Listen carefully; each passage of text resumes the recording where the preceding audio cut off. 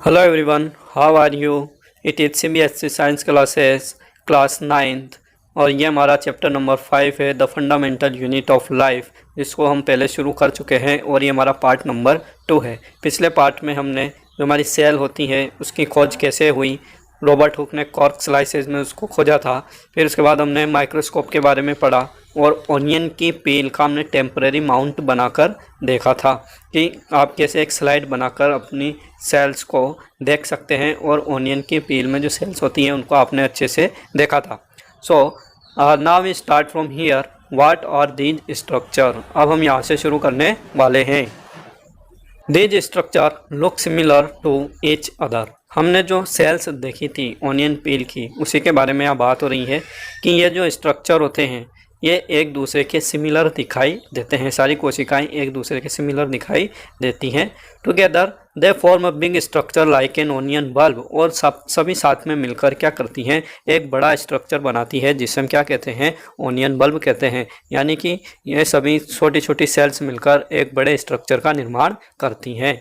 We find from this activity that onion bulb of different size have similar small structure visible under a microscope। तो इस activity से हमें यहाँ पर यह पता चलता है कि ओनियन बल्ब कोई भी डिफरेंट साइज़ का ओनियन बल्ब हो, मतलब कोई छोटा प्याज हो, बड़ा प्याज हो, किसी भी साइज़ का प्याज हो, उन सब की यदि आप ओनियन की पील की सेल्स देखेंगे तो वे सभी आपको इसी तरह से दिखाई देगी और उनका आकार और आकृति बिल्कुल एक जैसी होगी जब आप उसको माइक्रोस्कोप के नीचे देखते हैं। The cell of the onion peel will all look the same regardless of the size of the onion they came from. तो किसी भी ओनियन की है ना, किसी भी ओनियन की आप साइज़, उसकी कोई भी साइज़ हो, छोटा बड़ा हो, जब आप उसकी ओनियन पिन लेकर उसकी स्लाइड बनाएंगे तो वे सब क्या होंगी, आपके बिल्कुल सेम एक जैसी दिखाई देगी। Then small structure that we see are the basic building units of onion bulb. ये जो हमारी स्मॉल स्ट्रक्चर हैं जिनको हम यहाँ पर देख पा रहे हैं, ये हमारे ओनियन बल्ब की क्या है, बेसिक बिल्डिंग यूनिट्स है। मतलब इन्हीं बेसिक बिल्डिंग यूनिट से हमारा ओनियन बल्ब बनता है। This structure are called cell. और इन स्ट्रक्चर को हम क्या कहते हैं, सेल यानी कोशिका कहते हैं। Not only onions but all organism that we observe around are made up of cell. तो सिर्फ ओनियन बल्ब्स ही नहीं, हम जितने भी ऑर्गेनिजम्स अपने आसपास देखते हैं, मतलब जीव जंतु पेड़ पौधे देखते हैं, सभी जीव किसके बने होते हैं, सेल से बने होते हैं। However, there are also single cells that live on their own। हालांकि यहाँ पर कुछ और सिंगल सेल्स होती हैं जो कि अपने स्वयं पर आधारित होती हैं या वो जिंदा होती हैं, तो हम उनको बोलते हैं यूनिसेलुलर ऑर्गेनिजम्स। कुछ ऐसे जीव होते हैं जो कि उनके अंदर सिर्फ एक कोशिका होती है जो हमें दिखाई नहीं देती, क्योंकि आपको पता है सेल को देखने के लिए आपको माइक्रोस्कोप का यूज करना पड़ता है। और ये जो ऑर्गेनिज्म होते हैं सिंगल सेल के बने होते हैं, इसलिए हमें दिखाई नहीं देते हैं। ठीक है, तो जो ऑर्गेनिज्म है, जीव जंतु है, इनकी एक विशाल रेंज हमारे आसपास होती है। कुछ जीव जंतु में दिखाई देते हैं और कुछ हमें दिखाई नहीं देते। इतने छोटे होते हैं कि एक कोशिका के बने होते हैं, उनको हम कहते हैं unicellular organisms. Okay, then we come to this box. और ये से जो बॉक्स आपके टेक्स्ट बुक में बने होते हैं ये काफ़ी इंपॉर्टेंट होते हैं। इनमें से आपके एमसीक्यू बनते हैं और अक्सर पूछे जाते हैं। Cell were first discovered by Robert Hooke in 1665। ये हमने चैप्टर के फर्स्ट में देख लिया था कि जो कोशिका की खोज हुई थी वह रॉबर्ट हुक के द्वारा की गई थी 1665 में। He observed the cell in a corks like with the help of primitive microscope. उन्होंने कॉर्क स्लाइस को ऑब्जर्व किया था। और आपको पता है कॉर्क स्लाइस में आपके कैसी कोशिकाएं होती हैं, तो वे आपके डेड सेल्स होती हैं, मृत कोशिकाएं होती हैं। ठीक है, तो इन्होंने इनकी खोज कैसे की थी, प्रिमिटिव माइक्रोस्कोप में इनको देखा था, जो उनके द्वारा स्वयं के द्वारा बनाया गया था। और आप देख सकते हैं उसका जो डायग्राम था हमारे मॉडर्न जो माइक्रोस्कोप होते हैं उनसे कितना अलग था। वह बिल्कुल सिंपल माइक्रोस्कोप था और उसमें बहुत लिविंग सेल्स को बहुत अच्छे से आप देख नहीं सकते थे। तो इनके बाद आपके ल्यूवेनहॉक आए, ठीक है, 1664 में। With the improved microscope discovered the free living cell in pond water for the first time. तो इन्होंने ल्यूवेनहॉक ने 1674 में, यानी कि आप देख सकते हैं 65 के बाद 74, 14 साल के बाद, लगभग 14 साल के बाद इन्होंने एक थोड़ा इम्प्रूव्ड माइक्रोस्कोप बनाया उसमें आप थोड़ा अच्छे से देख सकते थे। और उन्होंने क्या किया, पौंड के वाटर में फ्री लिविंग सेल्स को देखा पहली बार। तो यहाँ पर एक बहुत अच्छे क्वेश्चन यहाँ पर बन जाते हैं कि यदि बात करें कि सेल की सबसे पहले खोज किसने की, तो वे रॉबर्ट हुक ने की थी। लेकिन उन्होंने जो सेल देखी थी वे कैसी थी, कॉर्क स्लाइस की सेल थी, मतलब वे डेड सेल थी। इनके बाद आपके जो ल्यूवेनहॉक आए, इन्होंने फ्री लिविंग सेल्स को देखा, यानी कि लिविंग सेल्स को देखा, है ना। तो ये यहाँ पर अंतर हो जाता है कि मृत कोशिकाओं की खोज सबसे पहले किसने की, तो वे रॉबर्ट हुक ने की। और जीवित कोशिका की यदि बात की जाएगी, लिविंग सेल्स सबसे पहले किसने देखा, तो वे कौन थे, ल्यूवेनहॉक। ठीक। It was Robert Brown in 1831 who discovered the nucleus in the cell. इनके बाद रॉबर्ट हुक आया और 1831 में उन्होंने सेल के अंदर न्यूक्लियस की खोज की। ठीक है, तो ये जो न्यूक्लियस होता है ये सेल के अंदर होता है और यह सेल से काफ़ी छोटा होता है। तो ल्यूमेनहॉक को भी सेल के अंदर ज़्यादा कुछ नहीं दिख पाया था। तो रॉबर्ट ब्राउन के समय फिर बाद में और इम्प्रूव्ड माइक्रोस्कोप बने और उन्होंने उसकी और बड़ी आकृति को देखा और उसके अंदर उन्होंने न्यूक्लियस को भी देखा। Purkinje in 1839 coined the term protoplasm for the fluid substance of the cell. और इनके बाद 1839 में पुरकिंजी आए और उन्होंने जो फ्लूइड भरा होता है सेल के अंदर, जो भी पदार्थ भरा होता है उसको उन्होंने क्या कहा, प्रोटोप्लाज्म कहा। प्रोटोप्लाज्म का मतलब होता है कोशिका द्रव्य, ठीक है, या फिर जीव द्रव्य आप इसको कह सकते हैं। उसके अंदर जो भी भरा हुआ है, जिसके अंदर क्या है, जीव है, ठीक है, मतलब उसके अंदर लाइफ है, उसको उन्होंने क्या कहा, प्रोटोप्लाज्म कहा। जो कि उसके सेल के अंदर जो पदार्थ भरा होता है उसको उन्होंने प्रोटोप्लाज्म कहा। The cell theory that all plants and animals are composed of cells and the cells is the basic unit of life was presented by two biologists Schleiden and Schwann। और इसके बाद आपके सेल थ्योरी आ जाती है। ठीक है, जब cell की खोज चल रही थी तो उसी समय आपके दो साइंटिस्ट थे, स्लाइडेन एंड श्वान। तो इन्होंने 1838 और 1839 में क्या दिया, सेल थ्योरी दी। सेल थ्योरी मतलब कोशिका सिद्धांत। और इस पर भी काफ़ी क्वेश्चन बन जाते हैं कि सेल थ्योरी क्या थी। तो इन्होंने ये कहा था कि जितने भी प्लांट्स होते हैं और जितने भी एनिमल्स होते हैं ये सब किसके बने होते हैं, सेल्स के, कोशिकाओं के बने होते हैं। और जो सेल होती है वह लाइफ की, जीवन की एक आधारभूत या मूलभूत इकाई होती है, यह इन्होंने कहा। तो ये जो दो साइंटिस्ट हैं, स्लाइडेन और श्वान, इन्होंने, एक ने प्लांट सेल थ्योरी दी थी और एक ने एनिमल सेल थ्योरी दी थी। तो स्लाइडेन जो थे इन्होंने आपके प्लांट सेल थ्योरी दी थी और जो श्वान थे इन्होंने आपके एनिमल सेल थ्योरी दी थी। तो यदि आप इसको भूल जाए कि प्लांट सेल थ्योरी किसने दी, एनिमल सेल थ्योरी किसने दी, तो इसको आपको याद रखने का एक सिंपल सा तरीका है, ये जो नाम है श्वान, ठीक है, आप हिंदी में आपने पढ़ा होगा श्वान किसका पर्यायवाची है, तो श्वान हम डॉग को कहते हैं, कुत्ते को कहते हैं। ठीक है, तो ये जो डॉग होता है, कुत्ता होता है, ये क्या है, एक एनिमल है। तो आप इससे याद रख सकते हैं बहुत आसानी से कि श्वान ने आपके एनिमल सेल थ्योरी दी थी और जो दूसरा बचा है स्लाइडेन, इन्होंने आपके प्लांट सेल थ्योरी दी थी। ठीक है, इन्होंने कहा था कि सभी पौधे क्या होते हैं, सेल से बने होते हैं, और इन्होंने कहा था कि सभी जंतु, एनिमल्स, सेल से बने होते हैं। ठीक है, the cell theory was further explained by Virchow. और इसके बाद 1855 में विर्चो ने इस सेल थ्योरी को और आगे बढ़ाया थोड़ा सा, और इन्होंने क्या कहा, by suggesting that all cells arise from pre existing cells. तो ये भी अपनी सेल थ्योरी में एक बहुत बड़ा कथन माना जाता है जो कि विर्चो ने दिया था। और इन्होंने क्या कहा था कि जो सेल होती हैं ये कहाँ से आती हैं, ठीक है, सेल भी तो पैदा होती हैं, तो कहाँ से पैदा होती हैं, तो ये जो प्री एग्जिस्टिंग सेल होती हैं, पहले से मौजूद सेल से ही नई कोशिकाएं बनती है, ये कहीं ऊपर से नहीं टपकती हैं। ठीक है, तो और सेल में क्या होता है, डिवीज़न होता रहता है, सेल कोशिका में विभाजन होता रहता है, जिसे हम कोशिका विभाजन में आगे पढ़ेंगे। With the discovery of the electron microscope इन 1940, फिर देखिए आपके 1940 में, यानी कि बहुत बाद में, अभी रिसेंटली आपके 100-150 साल पहले किसकी खोज हुई, माइक्रोस्कोप की खोज हुई। It was possible to observe and understand the complex structure of the cell and its various organelles. तो इलेक्ट्रॉन माइक्रोस्कोप जो है आपका बहुत एडवांस माइक्रोस्कोप होता है और इसके द्वारा हम क्या कर सकते हैं, सेल के अंदर जितनी भी चीज़ें होती हैं उनको बहुत अच्छे से ऑब्जर्व कर सकते हैं और उनको अंडरस्टैंड कर सकते हैं, समझ सकते हैं। क्योंकि सेल का जो स्ट्रक्चर होता है बहुत कॉम्प्लेक्स होता है, जितनी छोटी वे हमें दिखाई देती है उतनी छोटे छोटे और उसके अंदर सेल ऑर्गेनिल्स होते हैं। ठीक है, यहाँ पर लिखा हुआ है वेरियस ऑर्गेनिल्स, यानी कि कोशिका के ऑर्गन्स। जैसे हमारे बॉडी में ऑर्गन्स होते हैं ना, जैसे हाथ है, पैर है, मुंह है, कान है, नाक है, इसी तरह से सेल के भी कुछ ऑर्गेनिल्स होते हैं, कोशिका अंगक, इनको हम बोलते हैं कोशिका अंगक। ठीक है, तो ये जो कॉम्प्लेक्स स्ट्रक्चर है इसको हम इलेक्ट्रॉन माइक्रोस्कोप की सहायता से और अच्छे से समझ पाए हैं। और ये जो स्ट्रक्चर है इसमें क्या क्या आते हैं इनको भी हम आगे अपने पढ़ने वाले हैं। तो यहाँ पर जो भी चीज़ें दी गई हैं उनको आप नोट्स के रूप में नोट कर सकते हैं कि किसने सबसे पहले सेल की खोज की, डेड सेल की खोज किसने की, लिविंग सेल की खोज किसने की, कब की। ठीक है, प्रोटोप्लाज्म नाम किसने दिया, पुरकिंजी ने दिया। फिर इसके बाद सेल थ्योरी किसने दी, इसमें प्लांट सेल थ्योरी किसने दी, एनिमल सेल थ्योरी किसने दी। ऐसे आप इन पे नोट्स बना सकते हैं, एक एक लाइन में आप इनको लिख सकते हैं बहुत आसानी से।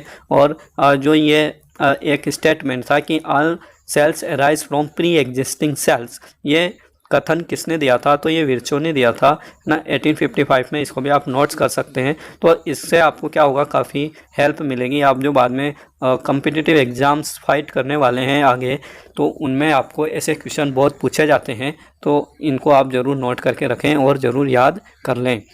Then the invention of magnifying lenses led to the discovery of the microscopic world. तो ये जो मैग्नीफाइंग लेंसेज थे, हमारे माइक्रोस्कोप में मैग्नीफाइंग लेंस यूज किए जाते हैं। मैग्नीफाइंग लेंस को बोलते हैं आवर्धनकारी लेंस। ठीक है, मतलब ये आवर्धित इमेज को में दिखाते हैं। कोई भी छोटी सी चीज़ होती है उसको मैग्नीफाई करके यानी बड़ा करके ये इसको दिखाते हैं। ठीक है, तो जब इन मैग्नीफाइंग लेंसेज की खोज हुई जो कि आपके रॉबर्ट हुक के टाइम से ही हो गई थी, तो उसके बाद जो माइक्रोस्कोपिक वर्ल्ड है ना, इसकी डिस्कवरी होने लगी। और हमारा जो एक ऐसा वर्ल्ड, एक ऐसी दुनिया जो अब तक क्या था, हम उनसे अनजान थे। भाई पहले हमारे जो छोटे छोटे ऑर्गेनिजम्स थे, स्मॉलर माइक्रोस्कोपिक, यानी जिनको हम देख नहीं पाते थे, उनके बारे में किसी को पता नहीं था कि ऐसे भी जीव होते हैं, यूनिसेलुलर जीव भी होते हैं। It is now known that a single cell may constitute a whole organism as in amoeba. और अब हमें यह भी पता है कि एक जो सिंगल सेल होती है, एक छोटी सी कोशिका होती है, वह एक पूरा जीव हो सकती है, जैसे कि हमारा अमीबा होता है। ठीक है, तो ये जो माइक्रोस्कोपिक वर्ल्ड है इसकी खोज कब हुई, जब हमने मैग्नीफाइंग लेंसेज को विकसित किया। क्लेमाइडोमोनास, पैरामीशियम एंड बैक्टीरिया, और भी कुछ ऑर्गेनिज्म होते हैं अमीबा के अलावा। क्लेमाइडोमोनास होता है, पैरामीशियम होता है, बैक्टीरिया होते हैं, जैसे कि आप डायग्राम में यहाँ पर देख पा रहे हैं। तो इनको आपने अपने 8th क्लास की साइंस बुक में पहले भी पढ़ा है 8th क्लास में, तो आप उनको थोड़ा याद कीजिए। These organisms are called unicellular organism. ऐसे ऑर्गेनिज्म को हम क्या कहते हैं, यूनिसेलुलर, एक कोशिकीय जीव कहते हैं, क्योंकि यूनि का मतलब होता है सिंगल। ठीक है, एक ऐसे जीव जो कैसे होते हैं, एक ही कोशिका के, सिंगल कोशिका के बने होते हैं, उन्हें हम यूनिसेलुलर ऑर्गेनिजम्स कहते हैं। On the other hand many cell group together in a single body and assume different function in it to form various body parts in multicellular organisms. Multi का मतलब होता है many, such as some fungi, plants and animals. तो यहाँ पर क्या कहा गया है कि यहीं दूसरी ओर, एक तरफ तो हमारी यूनिसेलुलर माइक्रोस्कोपिक वर्ल्ड है जहाँ पर ऑर्गेनिज्म सिंगल सेल के बने होते हैं, वहीं दूसरी ओर हमारे जो बहुत सारी सेल्स होती हैं ये आपस में मिलकर क्या बनाती हैं, एक बॉडी बनाती हैं। और क्या करती हैं, वो अलग अलग फंक्शन उस बॉडी के अंदर करती हैं, और अलग अलग बॉडी पार्ट्स में अलग अलग फंक्शन इन सेल्स के होते हैं, और क्या बनाती हैं, एक मल्टी सेलुलर ऑर्गेनिज्म बनाती हैं। ध्यान रखिए, जैसे यूनि का मतलब सिंगल होता है, उसी तरह से मल्टी का मतलब होता है मैनी। ठीक है, मल्टी सेलुलर यानी कि ऐसा ऑर्गेनिज्म जिसके अंदर कई सारी सेल्स होती हैं, है ना। तो ये आपके 2 cell, 4 cell, 10 cell, 100 cell, 500 cell, और इससे लेकर ये आपके हज़ारों लाखों सेल्स तक के ऑर्गेनिज्म देखने को मिलते हैं। उनके साइज़ पर ये डिपेंड करता है कि उसके अंदर कितनी सेल्स होंगी। ठीक है, लेकिन यदि एक सेल से अधिक उसके अंदर सेल है तो आप उसको क्या कहेंगे, मल्टी सेलुलर ऑर्गेनिज्म कहेंगे। सच एज सम फंगी, जैसे कि हम नीचे से शुरू करते हैं, हमारी फंगी होती है, फंगस होती है, फंगस में हमारे फफूंद आती है। आप देखते हैं कि आप रोटी को रख देते हैं, ब्रेड होती है हमारी, है ना, उसको आप 1-2 दिन ऐसे खुला छोड़ देते हैं तो उसके ऊपर फफूंद लग जाती है। ठीक है, तो वह फफूंदी क्या होती है, हमारी फंगस होती है और वह भी एक प्रकार के जीव होते हैं। ठीक है, उसी तरह से प्लांट्स होते हैं, हमारे एनिमल्स होते हैं, ये सब क्या है, मल्टी सेलुलर ऑर्गेनिज्म। प्लांट भी आप देख सकते हैं, बहुत छोटे से लेकर बहुत बड़े बड़े प्लांट्स भी होते हैं, एनिमल्स भी कई तरह के होते हैं। तो ये सारी चीज़ें, सभी ऑर्गेनिज्म आपके सेल से ही बने होते हैं। Can we find out names of some more unicellular organism, तो आप क्या यहाँ पर और यूनिसेलुलर ऑर्गेनिज्म के नाम बता सकते हैं? बिल्कुल, हमारे पास कई सारे यूनिसेलुलर ऑर्गेनिज्म होते हैं। जैसे हमने यहाँ पर बात की अमीबा, क्लेमाइडोमोनास, पैरामेशियम, बैक्टीरिया, इसके अलावा यूग्लिना होता है आपके। ठीक है, और भी कई सारे होते हैं, प्रोटोजोन्स होते हैं, बहुत सारे प्लाज्मोडियम होता है, कई ऑर्गेनिजम्स यहाँ पर होते हैं जिनको आप धीरे धीरे सभी को पढ़ लेंगे अपनी हायर क्लासेस में। Every multicellular organism has come from a single cell, हमारे जो जितने भी मल्टी सेलुलर ऑर्गेनिज्म हैं ये सभी एक सिंगल सेल से ही उत्पन्न हुए हैं। हाउ, कैसे? Cell divide to produce cells of their own kind, ये जो सेल्स होती हैं ये लगातार डिवाइड होती रहती हैं, मतलब इनमें विभाजन होता रहता है और ये अपनी तरह की सेल्स बनाती रहती हैं। All cells thus come from pre existing cell, तो इसी तरह से जैसे विर्चो ने कहा था कि जो भी सेल हमें दिखाई दे रही हैं ये प्री एग्जिस्टिंग सेल से ही आई हैं, मतलब कोई पुरानी एक सेल रही होगी, उसी से सभी सेल्स क्या हुई हैं, डेवलप हुई हैं। और जैसे यहाँ पर कहा गया है कि every multicellular organism has come from a single cell, तो आप देख सकते हैं जैसे कोई भी बड़ा मल्टी सेलुलर ऑर्गेनिज्म है, कोई भी जंतु है, जैसे आप ही हैं या कुत्ता, बिल्ली, घोड़ा, कोई भी है, तो वह कैसे प्रोड्यूस हुआ, तो उसका रिप्रोडक्शन होता है। ठीक है, आपके मेल और फीमेल होते हैं, उनके गैमेट्स बनते हैं, उनकी जो सेल्स होती है, ठीक है, गैमेट्स क्या होते हैं, हमारी सेल होती हैं, वे आपस में मिलती हैं, एक सेल बनाती हैं, जाइगोट बनाती है और उस जाइगोट से ही फिर आपकी पूरी बॉडी का निर्माण होता है। तो आप कह सकते हैं कि एक सिंगल सेल से ही मल्टी सेलुलर ऑर्गेनिज्म बना है। ठीक है, फिर वो जाइगोट मदर के जो वॉर्म होती है उसके अंदर प्लांट होता है, फिर उसमें धीरे धीरे उसका डिवीज़न होता है सेल्स का और उससे एम्ब्रियो का निर्माण होता है और उसके बाद वह किस में बदल जाता है, आपके जो एक ऑर्गेनिज्म है, मल्टी सेलुलर ऑर्गेनिज्म है, उसमें बदल जाता है। Cell divide to produce cells of their own kind, और इस तरह से जो सेल्स होती हैं वह डिवाइड होती रहती हैं और नई सेल्स बनाती रहती हैं। ठीक है, then activity 5.2, we can try preparing temporary mounts of leaf pins, tip of roots of onion और even peels of onion of different sizes. तो यहाँ पर आप कुछ टेम्पररी माउंट्स बनाने की यहाँ पर ट्राई कर सकते हैं, जैसे कि लीफ पील, आपकी जो पत्ती होती है उसका ऊपर का छिलका आपको उतारना है, जैसे ऑनियन का पील का हमने उतारा था। इसी तरह से टिप ऑफ रूट्स, आपके ऑनियन की जो रूट्स होती हैं, जड़ें होती हैं, उनके टिप, उनका जो अग्रभाग होता है सबसे ऊपर वाला, उसकी आपको स्लाइड बनानी है। साथ ही आप ऑनियन की पील्स की स्लाइड भी हम पहले बना चुके हैं। तो इस तरह से आप कोशिश कर सकते हैं, अलग अलग तरह के ऑर्गेनिजम्स की सेल्स को आप देख सकते हैं और तरीका हमने पहले देख लिया था।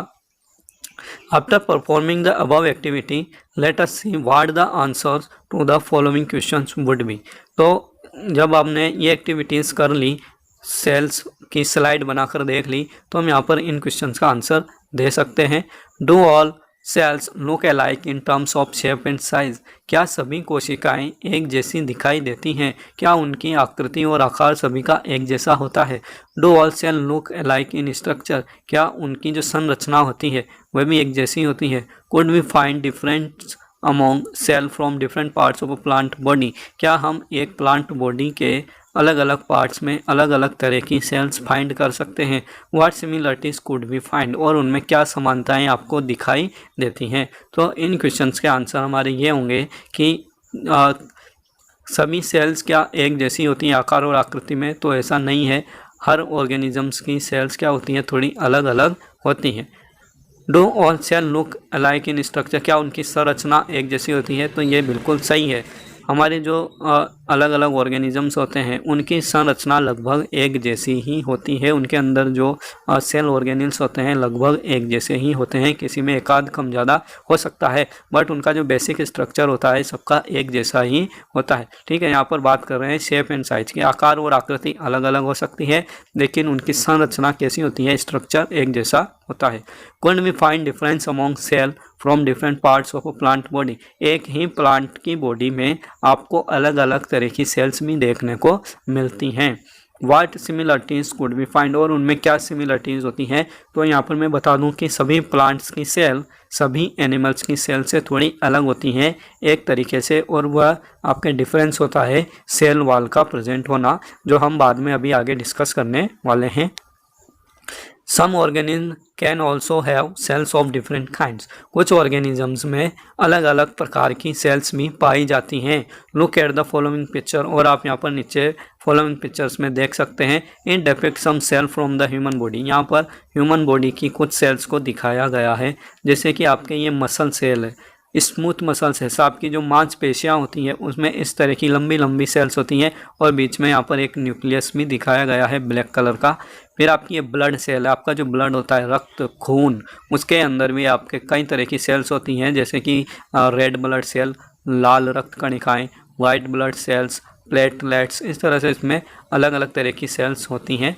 और नर्व सेल होती है आपकी बॉडी के अंदर, इनको बोलते हैं तंत्रिका कोशिका, और ये स्ट्रक्चर आपके बहुत इंपॉर्टेंट है। आप इन सबको यहाँ पर बनाकर देखें, ये आपके लास्ट में एक्सरसाइज में भी पूछा गया है, तो इसको आप अच्छे से एक बार बनाकर देख लें और इसको लर्न कर लें। ठीक है, ये आपके 10th क्लास में भी आता है नर्व सेल, तो आप इसको थोड़ा बनाकर देख लें तो अच्छा रहेगा। तो ये हमारी नर्व सेल है तंत्रिका कोशिका, जो कि हमारी बॉडी के अंदर संवेदनाओं के आदान प्रदान का कार्य करती है। जैसे कि हमें कोई टच करता है तो उसकी सूचना में दिमाग तक कौन भेजता है, ये नर्व सेल ही भेजती है। ठीक है, तंत्रिका कोशिका। देन ये हमारा ओवम है। ओवम फीमेल्स होती हैं, ठीक है, मनुष्य में जो फीमेल्स होती हैं वे प्रोड्यूस करती हैं ओवम, इसको आप अंडा भी कह सकते हैं। ठीक है, फीमेल बॉडीज़ में क्या प्रोड्यूस होता है, ओवम। ये हमारी रिप्रोडक्टिव सेल है। इसी तरह से मेल के अंदर स्पर्म प्रोड्यूस होता है, जिसको आप क्या कहते हैं, शुक्राणु, स्पर्म। और फीमेल के अंदर क्या प्रोड्यूस होता है, ओवम। और ये हमारी बोन सेल है, आपकी जो हड्डियाँ आपकी बनी होती हैं शरीर में, बोन्स, उनकी वो भी क्या होती हैं, सेल से बनी होती हैं, और ये एक टिपिकल बोन सेल है। और इसी तरह से आपकी सेल बॉडी में फैट सेल्स होती हैं, इसके अंदर आपके फैट भरी होती है बहुत सारी, तो ये हमारी फैट सेल है, जिसको आप चर्बी की कोशिकाएं कह सकते हैं। ठीक है, तो इस तरह से आपने देखा कि एक ही बॉडी के अंदर अलग अलग तरह की सेल्स भी पाई जा सकती हैं। ठीक है, और इनके अलग अलग कार्य भी हो सकते हैं। The shape and size of cells are related to the specific function they perform. और इनकी जो आकार और आकृति होती है, इसका मेन रीज़न ये होता है कि उनको अलग अलग तरह के विशेष कार्य करने होते हैं। सभी कोशिकाएं एक ही कार्य नहीं करती हैं। Some cells like amoeba have changing shape. अभी हम वापस अमीबा पर आ जाते हैं। अमीबा हमारा यूनिसेलुलर ऑर्गेनिज्म होता है, और ये कैसी आकृति रखता है, तो ये चेंजिंग आकृति रखता है। चेंजिंग मतलब लगातार बदलने वाली आकृति ये रखता है। In some cases the cell shape could be more और less fixed and peculiar for a particular type of cell. कुछ केसेज में आपकी जो सेल की आकृति होती है वह फिक्स हो सकती है, और उसके कुछ विशेष प्रकार के कार्य भी उसके हो सकते हैं। फॉर एग्जांपल नर्व सेल और टिपिकल शेप, जैसे कि आपने देखा ऊपर हमारी जो नर्व सेल होती है, ये तंत्रिका कोशिका, इसकी एक विशेष आकृति होती है और इसका एक विशेष कार्य भी होता है। यह हमारी संवेदनाओं को एक जगह से दूसरी जगह पहुंचाता है और मैसेज का ट्रांसफ़र करता है। तो यहाँ पर आप समझ गए होंगे कि क्या कहना चाह रहे हैं। Each living cell has the capacity to perform certain basic function that are characteristic of all living forms. हमारी जो लिविंग सेल्स होती हैं, जीवित कोशिकाएं होती हैं बॉडी के अंदर, वे कुछ बेसिक फंक्शन करती हैं, कुछ विशेष आधारभूत कार्य करती हैं। That are characteristic of all living forms, और जो कि क्या होते हैं, सभी जीवित जीवों के विशेषताएं होती हैं। जैसे कि आप खाना खाते हैं, आप सांस लेते हैं, सांस छोड़ते हैं, भोजन का पाचन करते हैं, कार्य करते हैं। तो ये कुछ बेसिक फंक्शन होते हैं जो किसके द्वारा किए जाते हैं, बेसिकली सेल्स के द्वारा ही किए जाते हैं या सेलुलर लेवल पर किए जाते हैं। How does a living cell perform this basic function? तो एक सेल इस तरह के बेसिक फंक्शन को कैसे कर पाती है? We know that there is a division of labour in multicellular organism such as human being. तो हमने देखा ऊपर कि जैसे मल्टी सेलुलर ऑर्गेनिज्म होते हैं, जैसे कि आपके मनुष्य, ह्यूमन बींग्स, ठीक है, मनुष्य को क्या कहा जाता है, ह्यूमन बींग कहा जाता है। तो इसके अंदर क्या पाया जाता है, डिवीजन ऑफ लेबर, मतलब श्रम का विभाजन। अलग अलग कोशिकाओं को अलग अलग कार्य दे दिए जाते हैं और इस तरह से सभी जो बेसिक फंक्शन होते हैं बॉडी के, उनको किया जाता है सेल्स के द्वारा। This means that different parts of the human body perform different function. तो इसका हमारा सीधा सा मतलब ये होता है कि ह्यूमन बॉडी के अलग अलग पार्ट्स अलग अलग कार्य करते हैं। जैसे कि आपका ब्रेन है, ठीक है, दिमाग होता है आपके सबसे ऊपर, उसका कार्य क्या है कि वह आपको सोचने समझने की शक्ति देता है और साथ ही बॉडी के जो जितने भी पार्ट्स हैं उन सबको कंट्रोल करता है। ठीक है, आपका दिमाग ही क्या करता है, आदेश देता है आपके हैंड को कि मूव करो, आपके पैरों को आदेश देता है कि आगे चलो, आपके जो स्टमक होता है उसको आदेश देता है कि आप भोजन का पाचन करो। तो इस तरह से वो सभी बॉडी पार्ट्स को कंट्रोल करता है और साथ ही अलग अलग पार्ट्स के सबके अलग अलग फंक्शन होते हैं। हमारी जो लीवर होता है उसका अलग फंक्शन है, किडनीज का अलग फंक्शन है, हार्ट होता है हमारे अंदर, हृदय, उसका अलग फंक्शन होता है। तो अलग अलग सेल्स मिलकर क्या बनाती हैं, डिफरेंट पार्ट्स बनाती हैं बॉडी में and they perform different functions. The human body has a heart to pump blood. Human body में हार्ट होता है जो क्या करता है, ब्लड को पंप करता है। Stomach to digest food, stomach होता है हमारी बॉडी में जो क्या करता है, फूड को डाइजेस्ट करता है, इसका पाचन करता है and so on. Similarly division of labour is also seen within a single cell. इसी तरह से एक सिंगल कोशिका के अंदर भी आपको डिवीजन ऑफ लेबर यहाँ पर देखने को मिलेगा। एक जो सिंगल कोशिका होती है वह भी श्रम का विभाजन करती है, उसके अंदर भी कई सेल ऑर्गेनिल्स होते हैं और वे सब अलग अलग कार्य करते हैं जिनको हम आगे पढ़ने वाले हैं। In fact each such cell has got certain specific component within it known as cell organelles. तो यहाँ पर आपके सेल ऑर्गेनिल्स की डेफिनेशन आ जाती है कि सेल ऑर्गेनिल आप किसको कहेंगे। तो सेल ऑर्गेनिल क्या होती है, हर सेल के अंदर कुछ स्पेसिफिक कंपोनेंट होते हैं, कुछ विशेष घटक होते हैं जिनका क्या होता है, कुछ विशेष कार्य होता है। तो उनको हम क्या कहते हैं, सेल ऑर्गेनिल्स कहते हैं। तो आप इसको भी नोट कर लें। Each kind of cell organelle perform a special function. प्रत्येक जो स्पेशल सेल ऑर्गेनिल होता है उसका एक स्पेशल कार्य भी होता है, such as making new material in the cell, जैसे कि कोशिका के अंदर नई चीज़ों को बनाना, clearing of the waste material from the cell, cell के अंदर से जो वेस्ट मटेरियल है उनको बाहर निकालना। A cell is able to live and perform all its function because of this organelles. तो कोई भी कोशिका होती है वह जिंदा रह पाती है और दूसरे सभी कार्य कर पाती है, किसके कारण, इन्हीं सेल ऑर्गेनिल्स के कारण, कोशिका अंगक के कारण। These organelles together constitute the basic unit called the cell. ये सभी ऑर्गेनिल्स आपस में मिलकर हमारी जो बेसिक यूनिट होती है सेल, उसका निर्माण करते हैं। It is interesting that all cells are found to have same organelles. तो जैसे मैंने बताया कि सभी कोशिकाएं जो होती हैं उनका स्ट्रक्चर, उनकी संरचना लगभग सेम होती है। क्यों होती है, क्योंकि उनके अंदर सेम प्रकार के ऑर्गेनिल्स पाए जाते हैं। उनका आकार और आकृति अलग हो सकता है, कोई लंबी, कोई छोटी, कोई नुकीली हो सकती है, ठीक है, लेकिन उनके अंदर जो ऑर्गेनिल्स होते हैं वे कैसे होते हैं, लगभग सेम होते हैं। No matter what their function is और what organism they are found in, ना किस ऑर्गेनिज्म में पाए जाते हैं और उनका क्या कार्य है, उससे उसको कोई प्रभाव नहीं पड़ता है। हर सेल के अंदर ऑर्गेनिल्स कैसे होते हैं, लगभग सभी में सेल ऑर्गेनिल सेम एक ही प्रकार के ऑर्गेनिल्स पाए जाते हैं, जिनको हम एक एक करके आगे अभी पढ़ने वाले हैं। तो आप इसमें ज़्यादा टेंशन ना लें और हम सभी ऑर्गेनिल्स को आगे पढ़ेंगे एक एक करके, ठीक है। देन यहाँ पर आपके दो इन टेक्स्ट क्वेश्चन आ जाते हैं, who discovered cells and how. तो आप इसका आंसर आसानी से लिख पाएंगे कि सेल की जो खोज थी वह रॉबर्ट हुक ने की थी और जब वह अपने द्वारा स्वयं के द्वारा बनाए गए माइक्रोस्कोप में उन्होंने कॉर्क की स्लाइस देखा तो उन्हें हनीकॉम्ब जैसा स्ट्रक्चर दिखाई दिया था। तो इस तरह से उन्होंने क्या की थी, सेल की खोज की थी। Why is the cell called the structural and functional unit of life. हमारी जो सेल होती है उसको हम क्या कहते हैं, cell is the structural and functional unit of life, मतलब ये जीवन की संरचनात्मक और क्रियात्मक इकाई होती है। स्ट्रक्चरल मतलब संरचनात्मक और फंक्शनल मतलब क्रियात्मक। जैसे कि आपको पता है कि यदि कोई लाइफ है, मतलब कोई ऑर्गेनिज्म जिंदा है, हम एक लिविंग ऑर्गेनिज्म की बात कर रहे हैं जिसके अंदर क्या होती है, लाइफ होती है, जान होती है, वह जीवित होता है, तो उसका एक तो निश्चित स्ट्रक्चर होता है, उसकी संरचना होती है और एक निश्चित कार्य होता है, वह कुछ ना कुछ कार्य जरूर करता है। तो ये सभी उसके स्ट्रक्चर और जो कार्य होते हैं ये किससे बने होते हैं या कौन इनको परफॉर्म करवाता है, तो वह सेल करवाती है। तो इसीलिए हम क्या कहते हैं, सेल को structural and functional unit of life कहते हैं। ओके, तो हमारा जो नेक्स्ट टॉपिक है, what is cell made up of, है ना, सेल किससे बनी होती है, क्या क्या सेल ऑर्गेनेल्स उसमें बने होते हैं, वही हम आगे नेक्स्ट पार्ट में पढ़ने वाले हैं।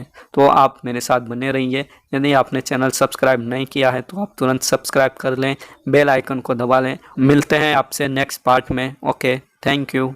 जय हिंद, जय भारत।